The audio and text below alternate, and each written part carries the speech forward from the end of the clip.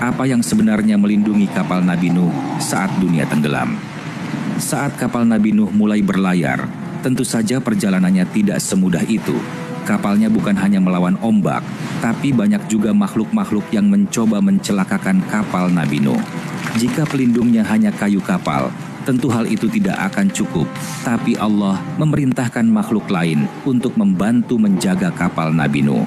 Karena dalam manuskrip kuno yang jarang dibuka, disebutkan bahwa di atas bahtera itu terdapat makhluk yang tidak pernah disebut di Al-Quran, tidak ada dalam hadits sahih, namun tercatat dalam kitab kuno yang disembunyikan berabad-abad. Mereka bukan penumpang, mereka adalah makhluk yang diperintahkan oleh Allah untuk menjaga kapal Nabi Nuh, penjaga dari sesuatu yang tidak boleh naik ke kapal. Dan yang paling mengerikan, jika satu saja dari mereka gagal menjalankan tugasnya, kapal itu bisa saja akan tenggelam dan sejarah manusia berakhir di sana. Hari ini, kita akan membuka satu persatu nama yang jarang berani disebut. Dan di akhir video, kamu akan tahu apakah ini hanya legenda atau jejak rahasia yang sengaja dihapus dari sejarah manusia. Jangan lewatkan satu detik pun, karena yang akan kita bahas kali ini tidak pernah terdengar dimanapun. Saat hujan tidak berhenti selama 40 hari dan 40 malam, ketika langit seakan terbelah dan bumi memuntahkan air dari perutnya. Tapi, bumi bukan hanya mengeluarkan air, tapi juga mengeluarkan makhluk yang telah lama tinggal di kedalaman bumi. Bahtera Nabi Nuh bukan hanya menghadapi ombak, tetapi juga sesuatu yang jauh lebih gelap. Para ulama menyebut, di bawah gelombang, di atas awan, dan di sekitar kapal, berkeliaran makhluk yang sangat tidak biasa, bahkan belum pernah ditemukan dimanapun. Dan untuk melindungi bahtera itu, disebutkan bahwa Allah mengizinkan makhluk-makhluk penjaga yang tugasnya hanya satu, memastikan sejarah manusia tidak berakhir di malam itu. Lalu, apa sajakah makhluk yang Allah perintahkan untuk menjaga bahtera Nabi Nuh? Mari kita bahas satu persatu. Namun ingat, ini bukan kisah akidah. Ini adalah riwayat legenda kuno yang tercatat dalam kitab kuno. Sekarang, mari kita buka satu persatu.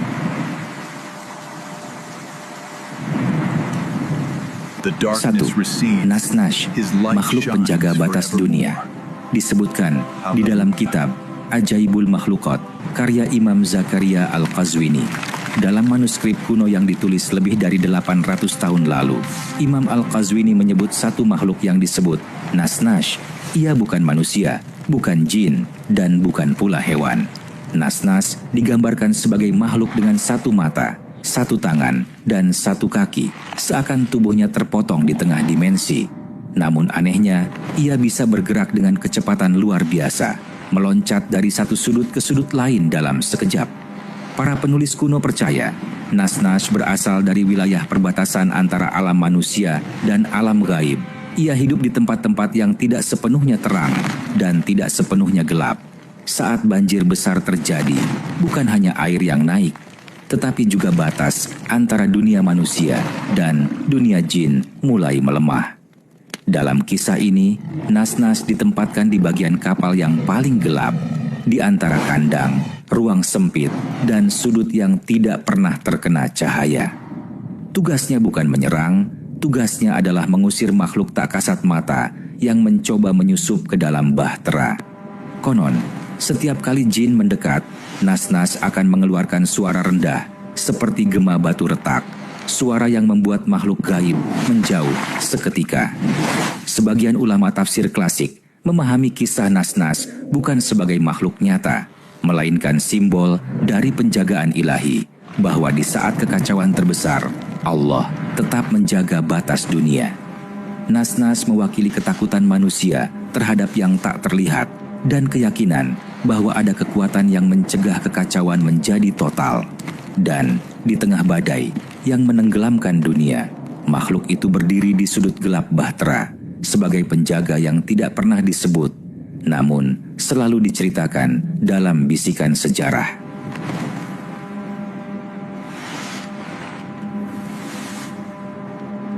2. Himas, kuda yang tidak milik darat, tidak juga milik laut. Disebutkan di dalam kitab Qisasul Anbiya, karya Imam As-Sa'alabi.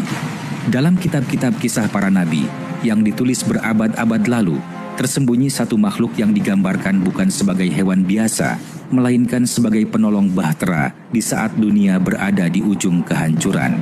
Namanya Himas.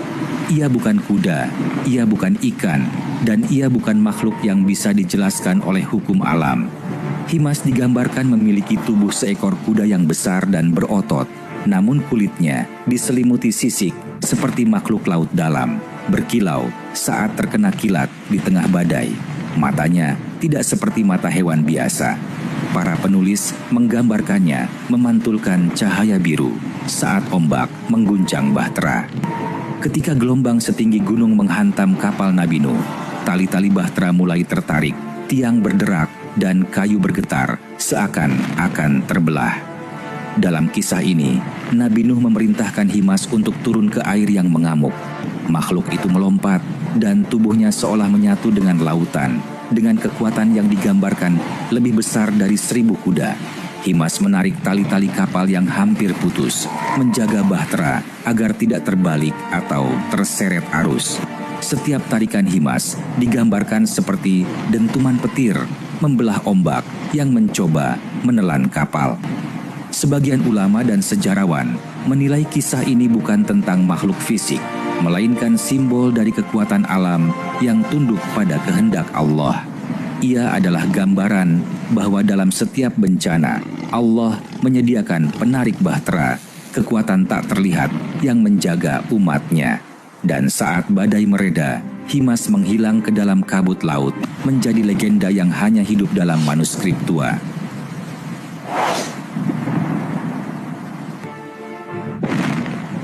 Tiga, Aqrab Al-Kabir, kalajengking raksasa penjaga sisi bahtera.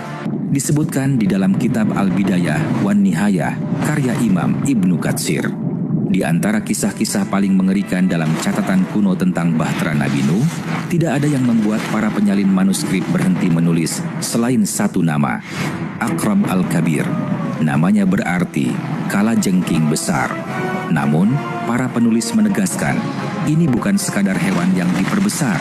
Makhluk ini digambarkan memiliki tubuh sekeras besi, berlapis cangkang hitam legam, dan ekor melengkung setinggi tiang kapal, dengan sengat yang menyala merah seperti bara. Matanya disebut bercahaya kekuningan.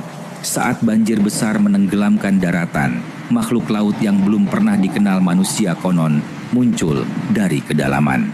Dalam kisah ini, Aqrab Al-Kabir ditempatkan di sisi kanan bahtera, tempat gelombang menghantam paling keras.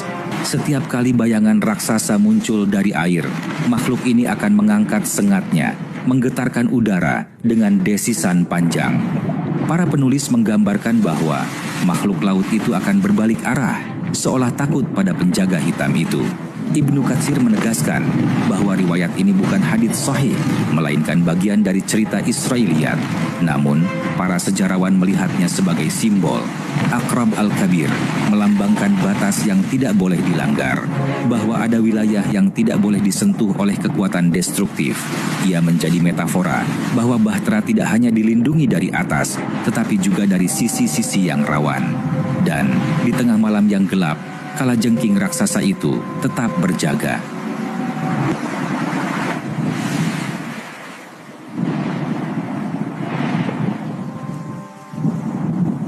Empat, Tihairul Lail, penjaga langit malam di atas bahtera.